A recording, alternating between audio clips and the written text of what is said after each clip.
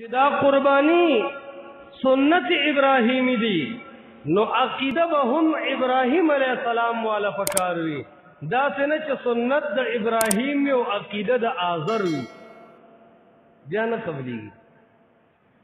سنت ابراهیمی د پاره عقیده ابراهیمی فرض او ضروری ده چې کله د زړه کې د الله د یووالي عقیده یو الله حاجت روا غني یو الله مشکل کشا غني یو الله په هر مشکل کې امداد کون کې غني د اغه نه بعد چې سنت ابراهیمی ادا کې نو د ساروی د هر وخت په بدله کې به الله تعالی نه کې درکې. اول د قربانې په قبولیت کې عقیده پکار ده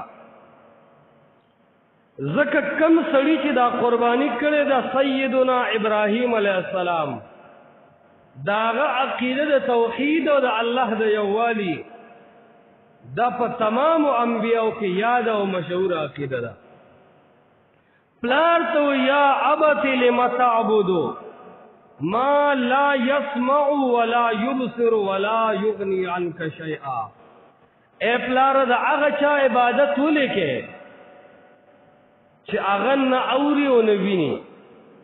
ولا يغني عنك شيئا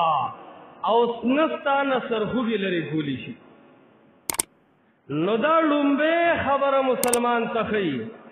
چې دا قربانی سنت ابراهیمی دی نو عقیده به هم ابراهیم علیه السلام والا پکار وي